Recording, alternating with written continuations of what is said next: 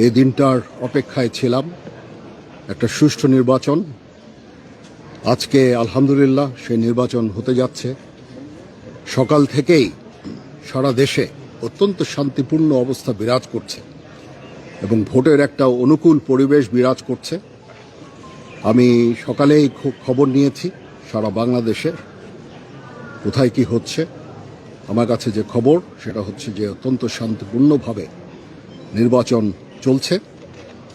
আমি সবাইকে অনুরোধ করব, সম্মানিত ভোটারদের অনুরোধ করব, আপনারা নির্ভয়ে আপনাদের বাসা থেকে বের হয়ে পোলিং স্টেশনে যাবেন এবং আপনাদের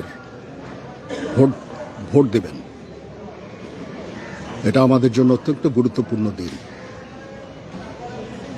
আর যারা ভোট দিতে পারছেন না, আপনারা মিডিয়ার লোকজন, আপনারা কিন্তু একটা অত্যন্ত গুরুত্বপূর্ণ কাজ করছেন। সারা দেশের পরিস্থিতি জনগণকে জানাচ্ছেন, জনগণ আশ্বস্ত হচ্ছে এবং তারা এই ভোট দিতে যাওয়ার জন্য উৎসাহী হচ্ছে।